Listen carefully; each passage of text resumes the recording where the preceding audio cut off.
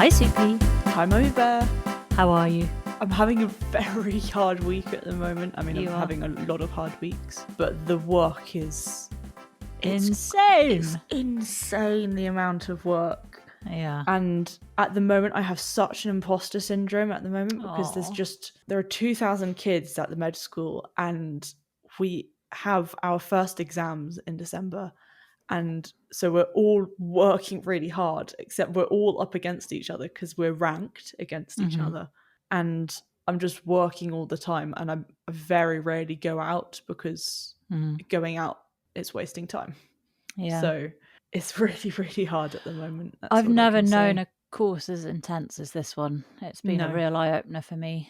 You're not experiencing uni as uni is. You'll get to that once you get through this, but this could take 1 or 2 years first. Yeah. And then you've got uni, which you could enjoy. So this has been a shock to the system for both of us, I think, hasn't it?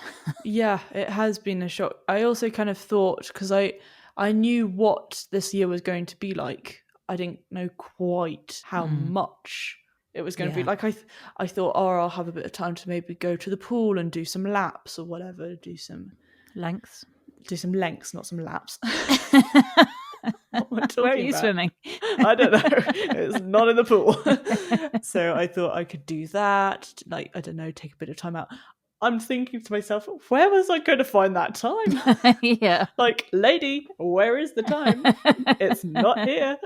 Honestly, like today I ate lunch in 15 minutes and then I got back to work. Sweet pea. This is not healthy. But you're going to come home again, aren't you? And you're going to do a whole lot of work at home. Yeah. And then I can kind of help with things. I can be getting you lunch and dinner and stroking your furrowed brow and giving you mummy hugs when you need them. Hugs are just the main thing at the moment because like I'm stuck in an apartment all day. This morning I went out from 8:30 till 10 just because I had a morning lesson, and then I've been inside all day in an apartment. It's not healthy, but maximum respect to all of you who are doing it, how all of you are coping. I don't know. And you say 2,000, but many are going to be dropping like flies because you think you're the only one who feels like this. I can tell you the majority of you guys are feeling like this. It's just so hard to when you're sitting next to people and you're looking around and everyone's just like nodding and affirmative. Yes, I've understood. And you're just going, nope, nope, nope, nope, nope. Nope. Not going in. Who says nope? That's the minions. That's the minions. You can't go into lectures like the minions. Nope, nope, nope. Stop it. Stop it. The minions language is very funny language. Yeah. Well, look, let's talk about some slightly more upbeat things. Yes. You went back after your few days back home with a patty pan and an aubergine from the garden, didn't you? Okay, this was a very, very good thing. I came back and then I thought, right, I'm going to make a tray bake. I'm going to make a tray bake of veg. And oh my gosh, it was a workout trying to cut into that patty pan. They're really tough skin now, aren't they? So tough skin. You can't eat the skin anymore.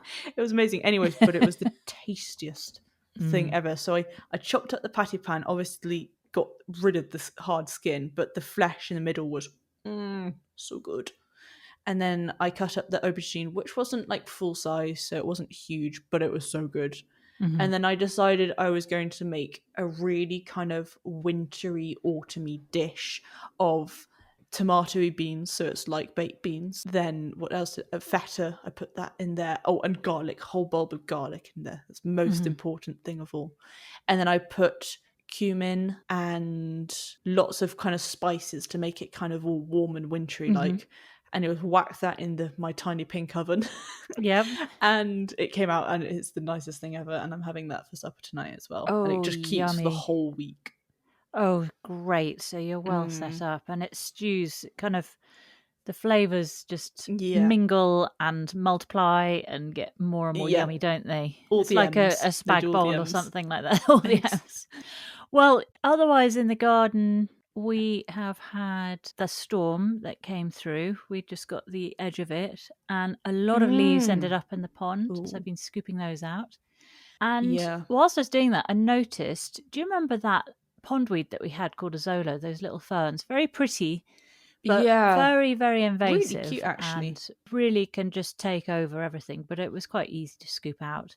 And I haven't noticed for a while that we haven't had a Zola. And I don't know how that's gone, because whilst we kept it at bay, we did keep some because it was quite pretty in little patches, but it's all completely gone. Yeah. And I don't know what we've done to do that. I have no idea. I do not know what the lifespan of a Zola is or what it happens if it gets slightly cold. Well, no clue. You do, because we've had it previous years. We've had it every season since we've had the pond, and in the winter it goes red and pretty and it's there. But it's always there, summer and winter. Crikey. Yeah, so whilst people are battling a Zola and it's really invasive, something's happened in our pond just to get rid of it all. Maybe it's the frog. Talking of that, we have another mystery animal. Oh. Something is getting all the walnuts from under the tree and taking them quite far away to one of our sort of paved paths and de-shelling them there. At least that's what it looks like. So there's a little pile of shells, and really I would say probably about 50, 75 metres away from the tree. What? Why are they taking it all the way across? I have no idea. My first thought was, could it be a bird using the path to crack the nut on the path? Just smash it down? I don't know. Very anyway, peculiar.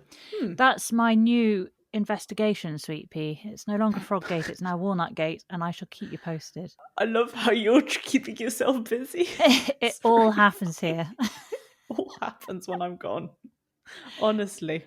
Now, some slightly sad news. Oh, no, you can't do that to me. I'm sorry, but your big, beautiful orange cosmos. Yes. We've got two of them, haven't we? Well, yes. The storm blew both of them over.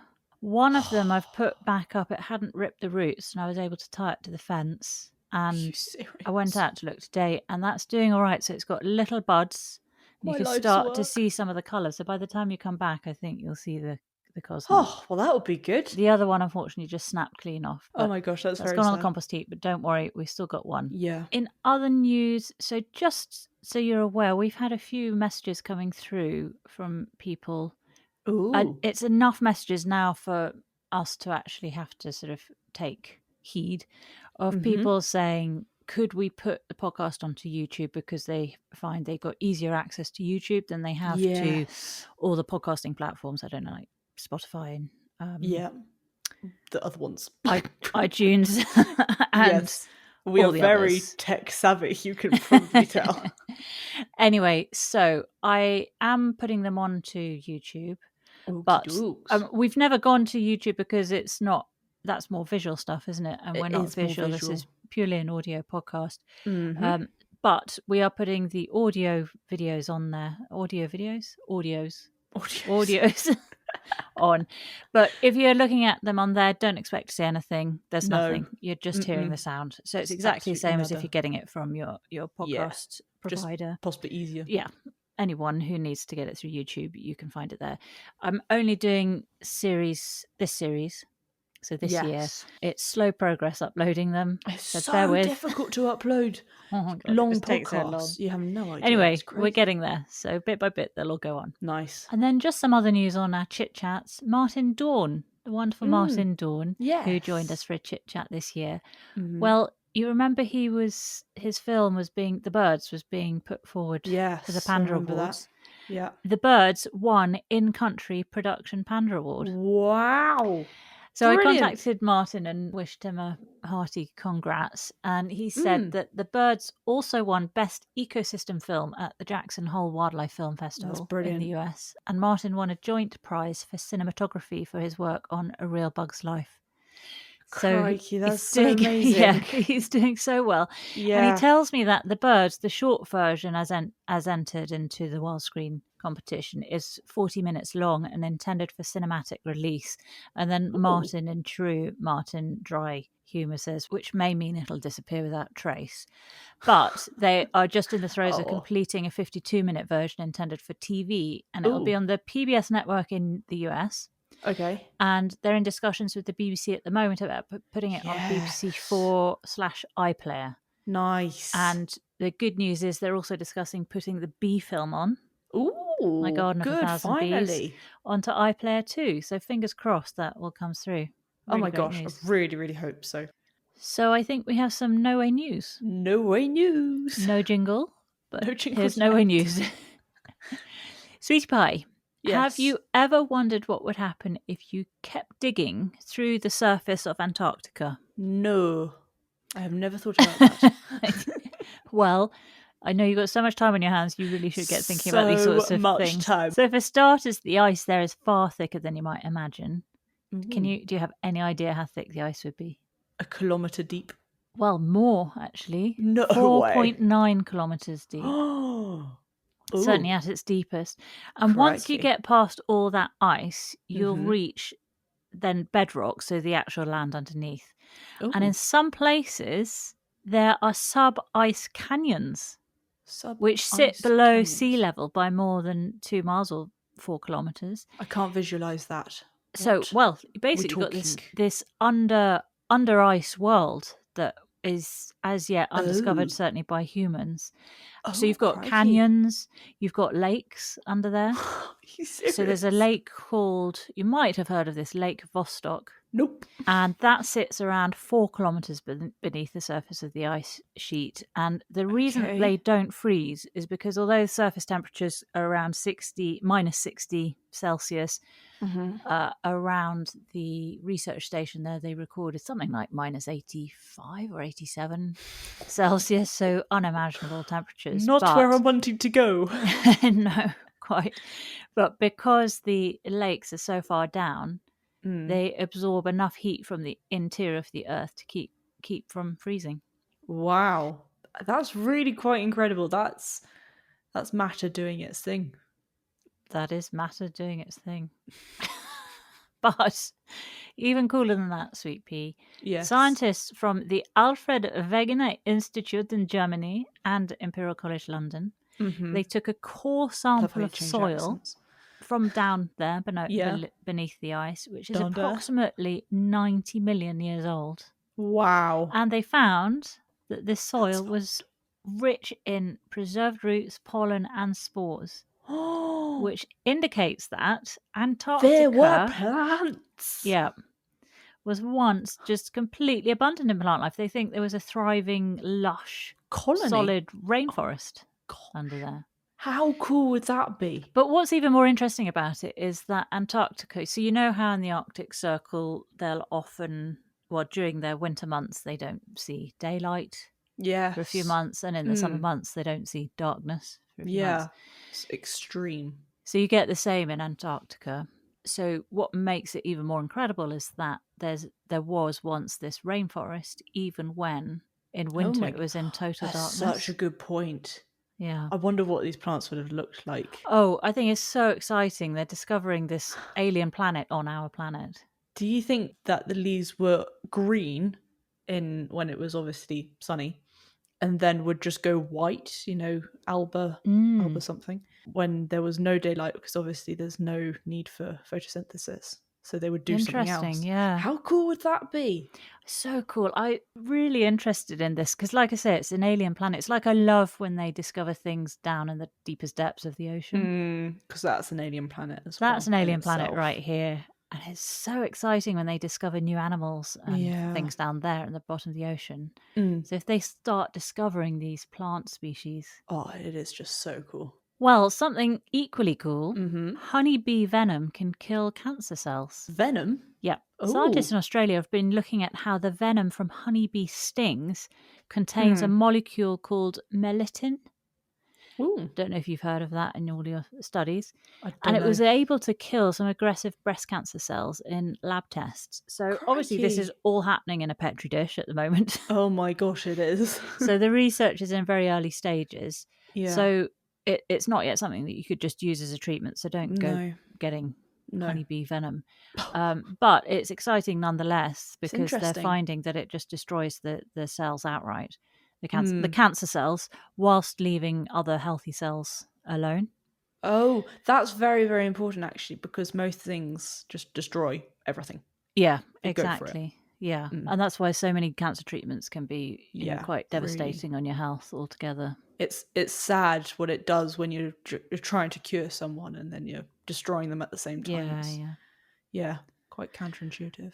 But anyway, nonetheless, it's it's a pretty cool illustration of how much cancer research is looking at kind of quite unexpected sources, isn't it? And things you might not think of right away. I love it when they start using natural compounds. I think that's so interesting. So interesting because there's so much out there already. Yeah. So watch this space with that one, really. And hopefully it's going to be something we can use on real life humans, really hope so, not just in a lab situation. A little petri dish. And finally, no way news. Fig trees are turning CO2 into stone. So check this out.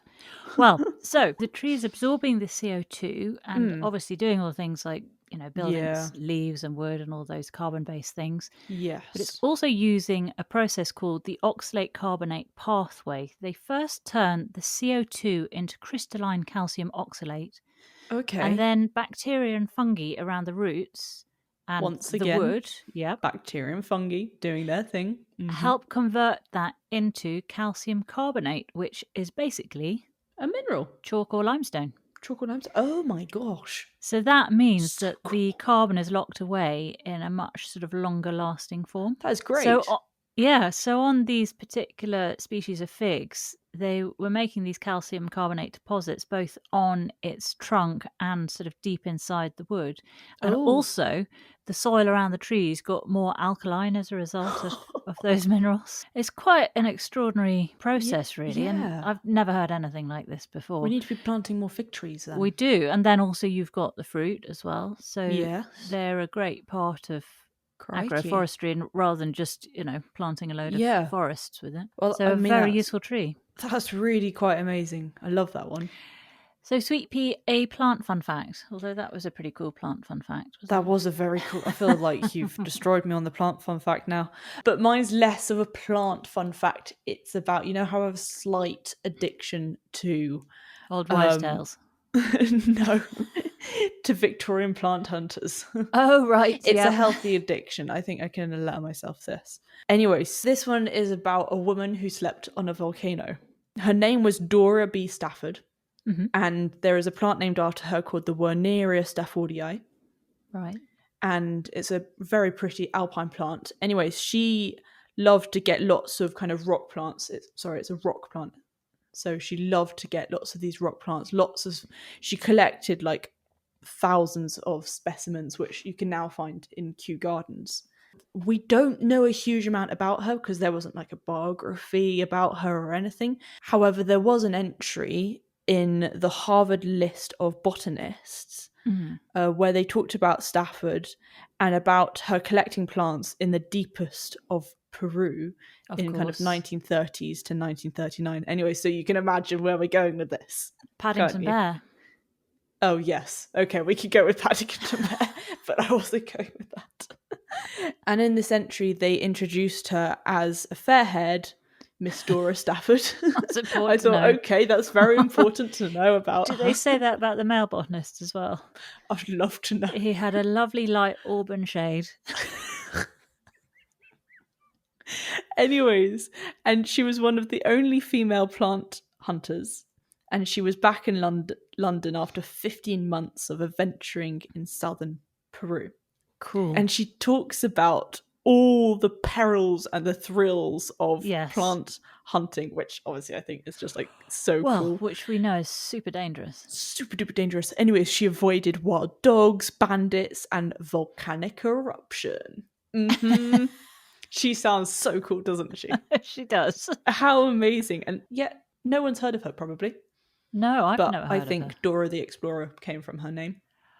Oh, is that where you were going with this? I think it might be because of her. Anyway, so she was collecting all of these plant specimens, hundreds of rock plants. And she talks about one of the best things about being up in altitude, because obviously she was in Peru, up high. And she said how one advantage of the great height was that food keeps fresh and good for an extraordinary long time. Yes. Which is quite amazing. An egg, for instance, is still perfectly good a month after being laid. She said. I think that's quite amazing. Another interesting fact about eggs at high altitude is they take longer to boil. Yes. So if you're trying to cook an egg up a mountain, you need to boil it for longer. Yes, you do. Than at lower altitudes. Otherwise, you got Completely. a very raw egg after your 3.5 minutes of boiling. Gross. And the name, the woman who slept on a volcano, came from this one interview with the Daily Herald in 1938, which was entitled, "She Sleeps on a Volcano." Read all about it. Read all about it. Come round. Come round. Come on. Come round mine. With the We can read all about it. With a cup of tea. 2 sugars and 1 milk. Interesting. Well, she sounds such a dude, doesn't she? Yeah, she sounds like such a dude. She was Dora so cool. the Explorer. How amazing. It means now I'm going to be looking her up. So Yes, thank you for sharing look her up. Absolutely. What's your animal fun fact? Well, it's less a fun fact and more an animal brutal fact. Oh no. Why do you keep on bringing brutal stuff? I'm so sorry. But basically, here's another good reason to hate seagulls. Oh no. Oh yes, I don't like them anyways. No, exactly. So they tried to attack Hobbs the other day. Well, yes. Poor little Hobbs. Well, they also attack southern right whales. So near the peninsula of Valdez in Argentina, thousands of southern rights gather in the waters to breed between kind of June and December. And as they're coming up for air, the gulls are landing on their backs and tearing off chunks of skin and blubber. Leaving I've heard of this. 20 centimetre long wounds all over the whales.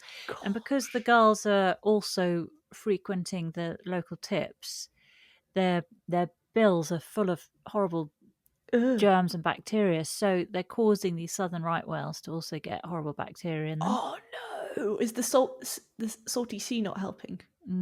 Well, I mean, salty water's only so good up to a certain temperature. After that, everything just thrives. Oh yes, that's a good point. Oh my gosh, I really don't like seagulls. Is there anything good about them? No, not really. No. Anyway, so what they're having to do, they're looking at reducing the number of tips around, and human intervention really is taking over to try and kill the birds before they go and cause grief to the whales. Because the other thing is that they're changing the behaviour of the I keep wanting to say humpbacks, but the southern right whales.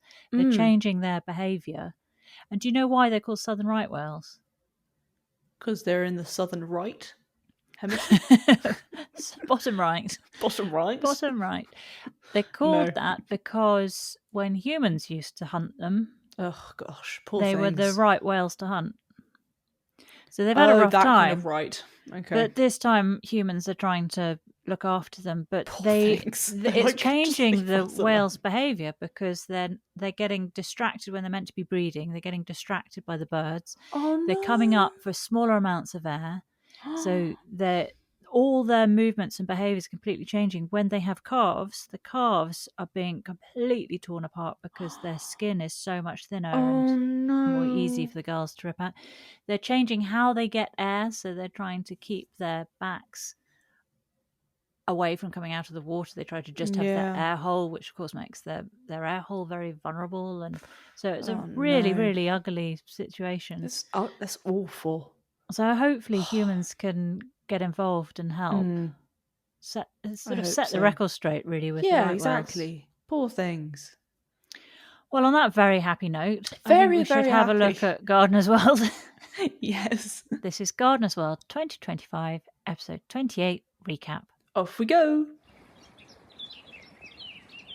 Monty and Ned are at Longmeadow and they're looking at his dramatic cardoon seed heads. Yes. Just like our artichokes. Looking rather spectacular, but he doesn't like the leaves, so he's stripping off the leaves, getting rid of those. He's anti-leaves, all about the heads. And there's a gorgeous autumn light in Mont's garden, especially in the orchard borders. And he says how he likes it less formal as it edges to the boundaries. Yeah. And I think for me, that's my favourite part of his garden, is where it gets less formal.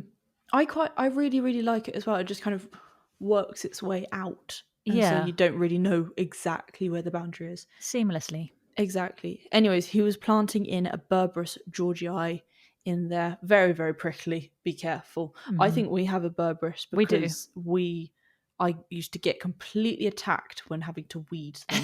I'm trying to help you here. You're not doing much help. We do. We've got a yourself. few berberis. What's that They're saying? lovely, though. You can't help people who don't harm themselves. Same thing with plants. Did you say you can't help people who don't harm themselves?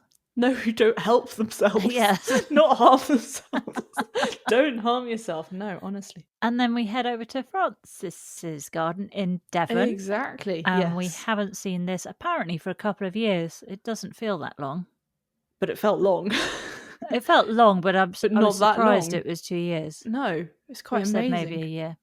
Anyway, it's the end of her 3rd year in that garden. And it has transformed, hasn't it? It has, and we get a before shot, and then we get lovely sweeping views of it, packed tightly with all sorts of things. Yeah, exactly. Huge amount of flowers. She said even though she enjoys growing the veg more, she said this just kind of became a flower garden in itself, which it was looking absolutely gorgeous, and she had lots of repetition everywhere.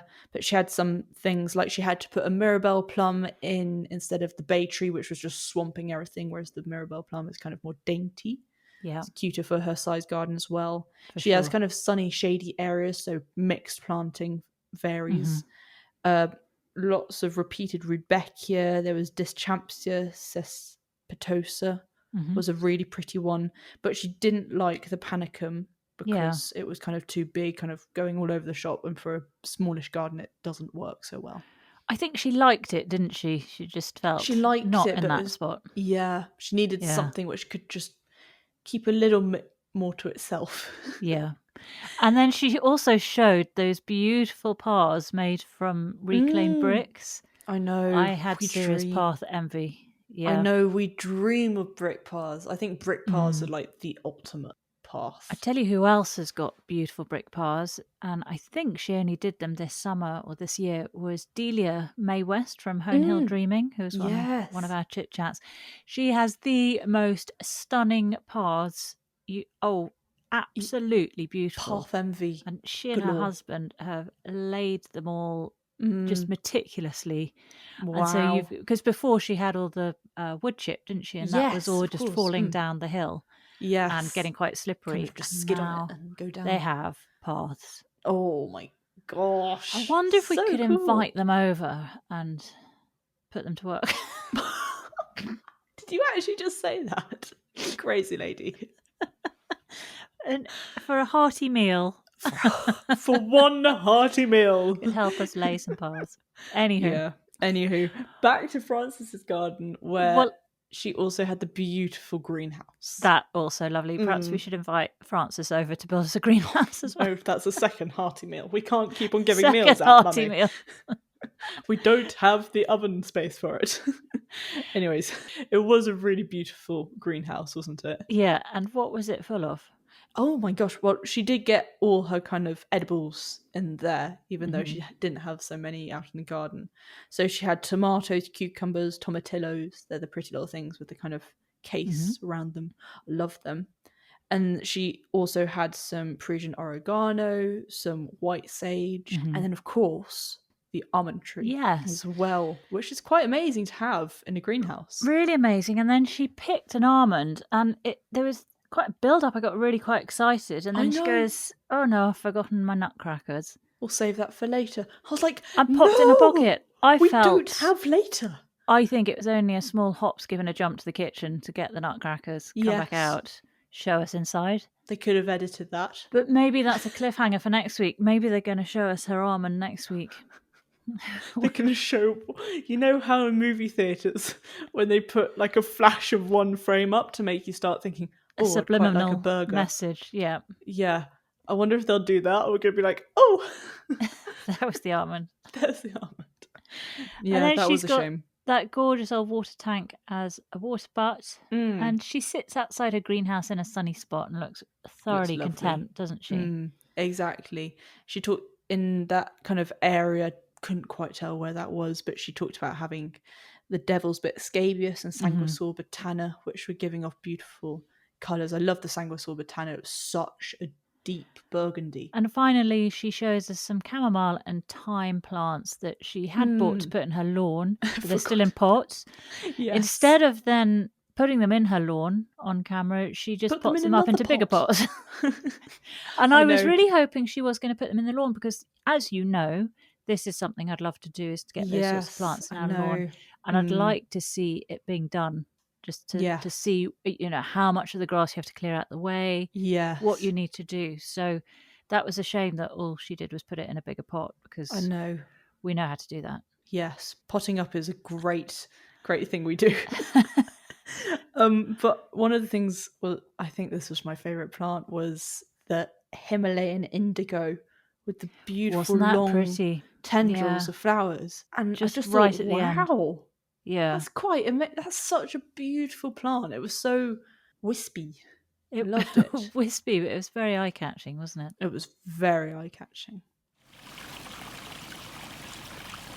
Then we're back with Monty, and he's got his trugs, and there's Ned being so Hobbs. And talking of potting from one pot to a bigger pot, this is what Monty's doing with his quince. Yeah, because he was picking some quinces. The quince ranger just beforehand said how they're doing really, really well this year. But the quince that he was putting in the pot was a different one, and that was Serbian gold.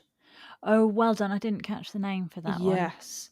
And he said that ideally, when you pot it up, double the size of the pot. And then give it thorough water, and water once a week, and liquid seaweed once a week as well, between May and September. Try and remember. And then we go over to Scampston, North Yorkshire. And this is Peter and Helleentje. Oh, come on now. Mrs. Walker and Peter. So their names came up on the screen, but no one says their names at all. So no one tries to. Apologies, Mr. and Mrs. Walker. Please do send a soundbite of how to say your name. I think don't want to be disrespectful. Mr. and Mrs. Walker. But I thought what was also so rude was that Gardener's World seemed to put really scary music on their bit. So much that when that Venus flytrap snapped together, did it give you a jump? Jumped in my seat. Sweet pea, I did. I am jumpy at everything. The other day I got static and I jumped. Honestly, I jump at everything. So they didn't make it easy to watch Gardener's World, because we all know that the music changes everything. Yes. Well, they were talking carnivorous plants. But I think they're so cool, and I'm fine with the carnivorous plants, not with the creepy music behind them. Well, you're fine with the kind of carnivorous plants if they don't snap shut. Yes, I don't like the snappy shutties. So we start with the Gardener's World turntable. Does this make you think of The Office, where he says, "Oh, how the turntables have turned." Anyway, this is going round and round with some beautiful specimens, a nice black backdrop. They looked very pretty, didn't they? Very, very nice. Then we hear about some of the specific plants. Yeah, so they had the Venus flytrap, which obviously spooked me out like crazy, but it was really, really pretty. I did really like it. And it was the Heterophylla, so that was the entirely green one. It's a really pretty lime colour, isn't it? It's quite amazing. And it was an erect form. It had nectar in the trap, obviously lures it in, and then the small hairs. I didn't realise it was the small hairs in the middle. I thought it was those kind of jaws things on the outside. Yeah. So I didn't realise that it was the sensors in the middle. It's like they have to be touched twice. Mine. And then they snap shut. Oh my gosh, it's quite amazing. One thing they said was absolutely do not throw the plant away in winter if the leaves have just gone completely black. It does not mean it's dead. Yeah. It is very much still alive. It will just be coming back later.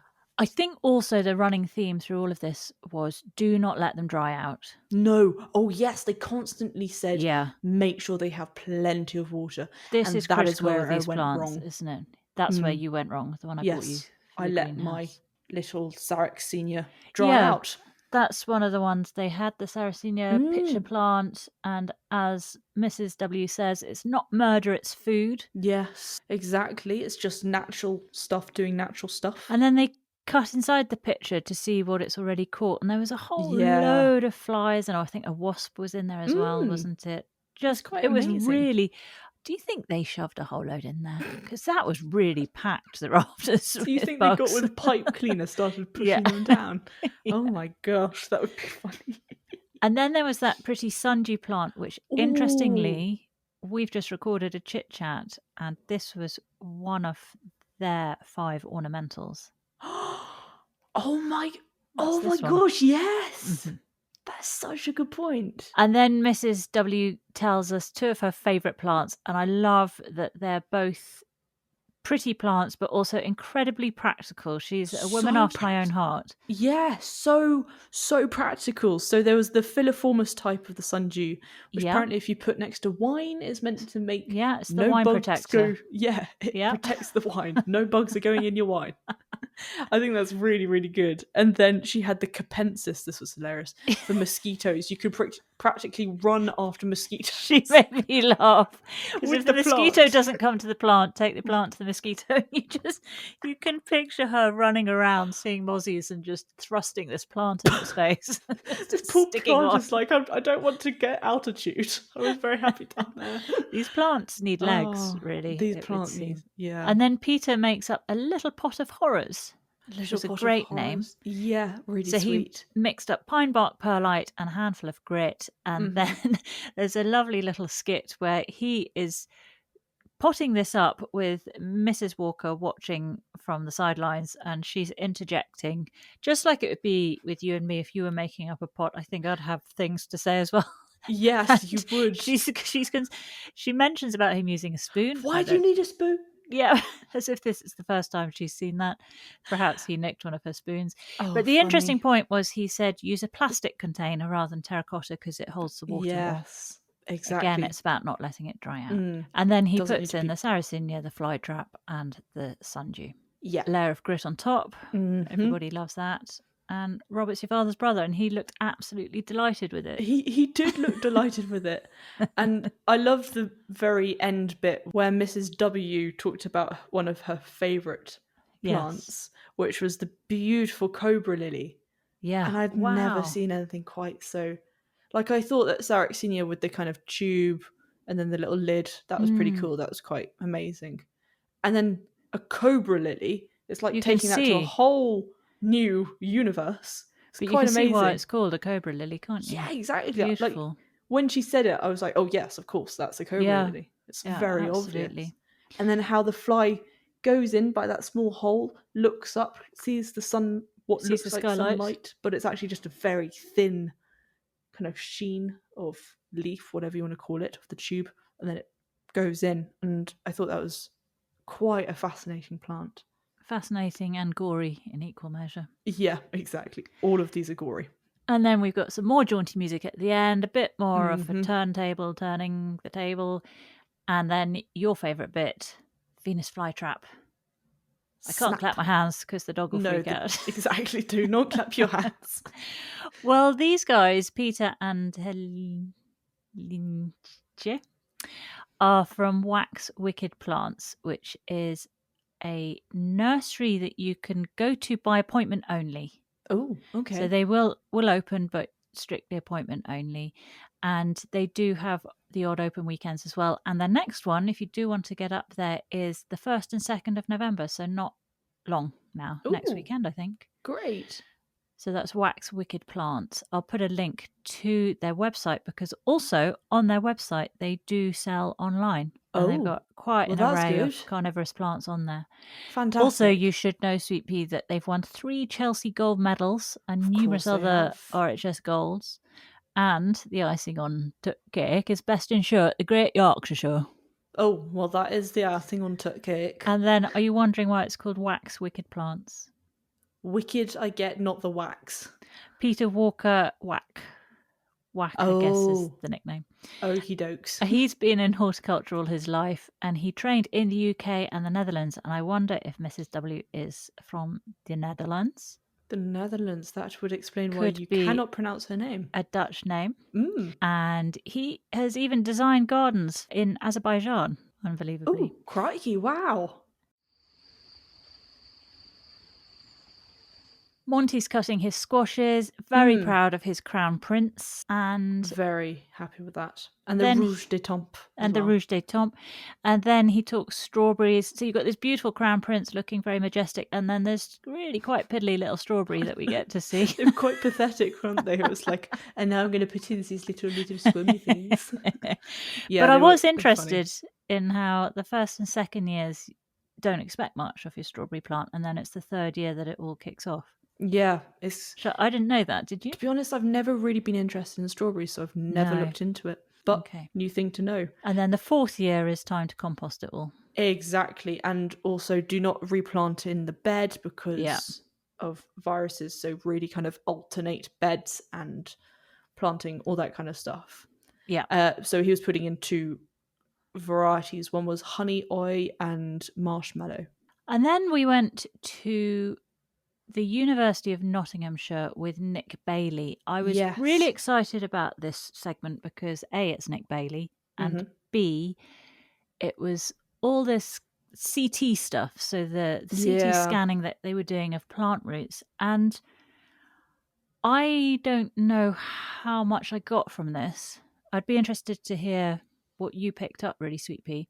So they're at Yes. the Hounsfield Lab in Nottinghamshire, and there's Professor Craig Sturrock, and we also meet later Professor Malcolm Bennett, who are part of this team, who are working with a CT scanner. So that's a computerized tomography scan, which if you're probably doing this at uni, aren't you? Yes, I So you sure get am. all your slices, really. You get Yeah. X-ray slices off I don't know, someone's spine or Brain. or anything like We that. love the brain at the moment. Really interesting. And they're doing It the is. same with plants. So they're Yeah. putting live plants into the CT scanner. Yes. And then over time, as it's growing, they're taking these X-rays, and then that builds a 3D image off the plant roots, so you can take away the soil and see the plant roots. Yeah, which I think is quite amazing, and you can see every little detail, and they could also see the veins on the leaf that was opening up. I think it was a bean Yes. which was There was a unfurling. bean, and then they also showed, well, they certainly showed the images of a willow, didn't they? Yes, it was quite interesting to have a look. So they showed some where it shows the contrast. If you water on one side and not the other, the roots will go only to that side that has been watered. And I guess also we get to see the different types of roots. So, how some might have a deep tap root and all that kind of stuff. However, this is where I got confused about what was going on here, because first of all, the willow root, so we've taken cuttings from a willow and then we've put it in water, and then you can see all those roots happening there in water without needing a CT scanner to see those. No. I know that's just one example, and willow is a particularly easy one to watch grow. Yeah. But I've seen that on a willow without a machine to look at that. So I've always, you've got a good idea of what the roots are like. But also I was thinking, we do, unless I'm really missing something here, we do already have a very good idea of what roots look like, don't we? We've had illustrations, beautiful illustrations for hundreds of years of what plant roots look like. And I know they say it's kind of the hidden part of the plant, but we know that roots grow towards water. We know that that's why we talk about when you water plants, you don't just do a little bit of dribbling at the top. You want to really soak it, so it then keeps the roots go down to find water rather than stay near the surface. And also about cutting a square hole instead of a circular one, because otherwise the roots will just go round. Around. And then even there's one point where it was quite a funny visual, because Nick was digging up that potentilla. Yes, and Malcolm's behind him. And it reminded me of a film that Liam Neeson's in, where he gets the criminals ready to dig their own graves. He has them a spade, and then he's standing over them whilst they dig their graves.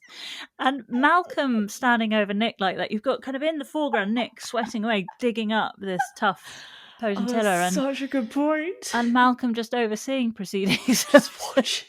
Certainly creepy moment, but then there's the point. They're digging up those roots and looking at them, the actual roots of the plants that have grown, one in sandy and one in clay, and looking at the difference of the roots. And you didn't need a scanner to see that. No. So it seems but this is my ignorance. They're using a sledgehammer to crack a nut at the moment, because I'm not fully understanding what this technology is achieving. I know what it achieves in other things, but looking at plant roots, do we really not know that much about roots? I thought we did know more. I know. The thing I did find absolutely really, really cool was looking at the X-ray of the soil and watching the root path that it would take. I thought that was really quite cool, and how you'd see the soil units and then the water kind of, as Nick said, kind of glazing Yeah. like a donut the soil particles. I thought that was really cool. But I do understand the fact that I kind of was sitting there going, I kind of already know this. And that's just from looking at the plants and digging them up or looking in books. There's so many books I've seen with so many amazing root structures and understanding. And kind of, yeah. I was waiting for the punchline. I was waiting to find out what it was that this gave us above and beyond everything else. I understand what you mean. I had a look to see if I could find out a bit more about it. And Craig and Malcolm are part of a project called The Hidden Half. So there's this whole project going on. There's a team of them working on it. Yeah. And it seems to me that they're creating this database. They have very few plants on there at the moment because obviously you've got to wait for the roots to grow. You can't just quickly bosh sorted. You've got to wait months. Oh yeah, of course. But they've got different sections. So flowering plants, they've got a tree one, and in the tree section they've got the Norway spruce and then a date palm, and they very, very different root systems. So you've got the date palm is a very, very long fat root going really deep down, which you can imagine because it's usually in sort of more arid environments, isn't it? Absolutely, more tropical places. I couldn't see on the website anything that gave more explanation. So it showed the images, these 3D images, just like you saw on the segment on Gardener's World. Yeah. There wasn't any more explanation. So I think I must be missing a whole load about this. And this isn't to diminish the work that they're doing. No, it looks really interesting, but it does. I think I missed the point as to what we are getting from this. I understand what you mean. It's also using loads of machinery. So I'm the same trying to understand it. The main thing that I thought was very cool to see was the soil particles and the X-ray of that, doing the root of a root. That was cool. Then we have Monty looking very proud, holding aloft his Ami Majus, but then he talks about how that's been a bit of a weird time because they've just shot up and they're flowering already. Because he sowed them too early. Well, it's also because it's just still been very warm, isn't it? Yeah, he sowed them. It was really dry. They just bolted. Yeah. And so he's thinking, right, he's going to do some trials. He's going to test them out. One he's going to keep as is. One he's going to plant out, and one he is going to cut back. So a slightly cheaper experiment than the aforementioned. Very cheap experiment. Then we finally go to Cranbrook in Kent to meet Eleanor Cochrane. Yes. At her very, very modern house and garden. Oh my gosh, it was so modern, wasn't it? And it's not often we see a modern garden on Gardener's World. No. And whilst I'm more into the naturalistic gardening and sort of more rustic look. I mean, I love this. That's just personal taste. I really loved this. I thought it was really absolutely amazing. Stunning. And frankly, it's so nice to see variety, isn't it? There's a place for all of it. And so I really enjoyed this segment. And Eleanor was hilarious. She was so funny. I thought she was so awesome. She has such a great sense of humour. Yeah. I felt sorry for her husband at points, but then remembered that we have about the same relationship. So I think it's all natural. But I do just want to say that the house that they've built is stunning. I loved the before and after. So the very bog standard bungalow before and then an amazing bungalow after. Yeah, I just loved it. And so you could really just kind of walk out from the house. It didn't feel like such a barrier between house and garden. It just all worked together. And I thought it was really, really beautiful. And in terms of colours, she's very, very specific about colours. So there's 2 areas of planting. One is colour and then the other area is green and whites. Exactly. And if there's one that goes in the other... Not happening. Not happening. It's being ripped out. Now, Eleanor knows her way around a pair of secateurs because she's done a lot of volunteering at Great Dixter. Yeah, exactly. And I thought, well, we've been to Great Dixter. That would have been so much fun to do the volunteering there. Can you imagine? But it did make me laugh. And this is what you're referring to, I guess, isn't it? When she said how her husband dreads her waking up saying, I had a really good idea. And that used to happen with us, didn't it? Yes, because you used to have many, many sleepless nights, and so you'd be working on stuff in the in like 4 a.m. Yeah. And then I'd wake up and you'd go, right, so I've decided I thought we should do this. And I'm like, I've just woken up, please. And Eleanor has a very good eye for a very artistic eye, doesn't she? I loved when she was placing the different plants together. So she showed the contrast of the Eupatorium capillifolium. Yeah, with its beautiful featheriness. Yeah. Next to the salvia with the indigo spires. That was lovely. Such a rich green with the purple. It was really, really, really beautiful, wasn't it? And completely. The Ornamus europaeus. Yes. How amazing was that? Oh, it's gorgeous. I really want that in our little kind of shrub bank. Yeah. That would look gorgeous in there. Absolutely love that. It's kind of like you've got the pink. Is that the flower bit? And then the orange is the seed inside. I don't know which part's seed and which part's flower, but it's the pink against the orange, that clash of the two colours. It was really an amalgamation of two together, which gave this beautiful form and then colour. Yeah. And obviously, you know, I love my pinks and oranges together. Yeah. I'm a pinks and orange girl. Love it. And she also had the Pelargonium tomentosum as well. That's it, yeah. Which is another favourite of hers. A more tactile one for filling gaps. Exactly. Sort of a soft and textured leaf, really, wasn't it? And then a crucial part of her garden is her test bed, and she was trying out some new dahlias. Did you get the dahlia she was trying?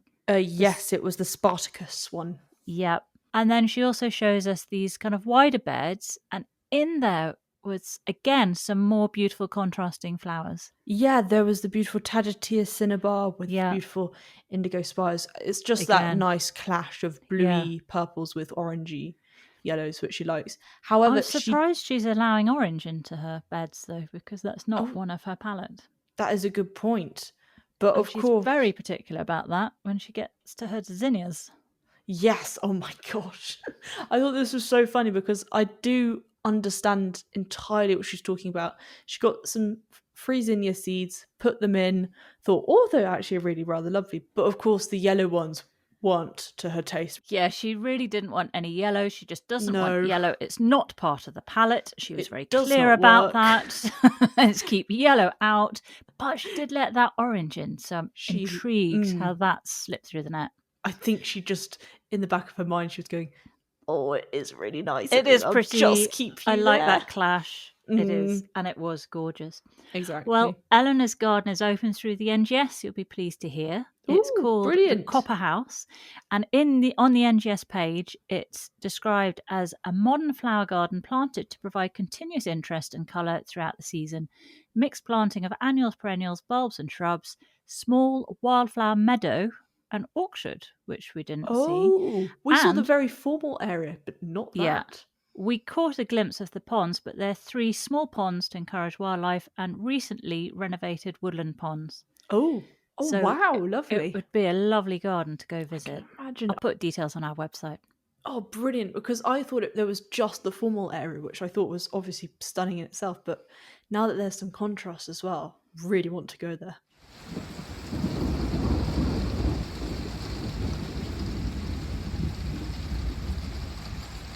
Then we're back to Monty, who's admiring his crab apples. Yes, they are brilliant. Great blossom, lots of fruit, and he specifically says the Everest and the Comtesse de Paris.